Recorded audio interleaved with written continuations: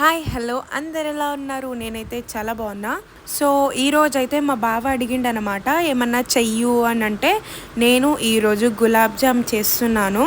మా మమ్మీ కూడా నాకు హెల్ప్ చేస్తుంది. సో ఇలా రౌండ్గా చేసేసి ఆయిల్లో వేసేయడమే.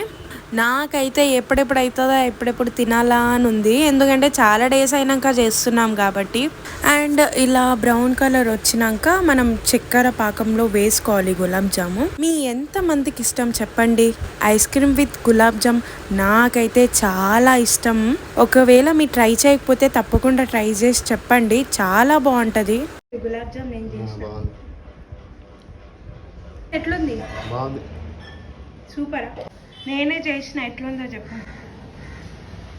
Super super.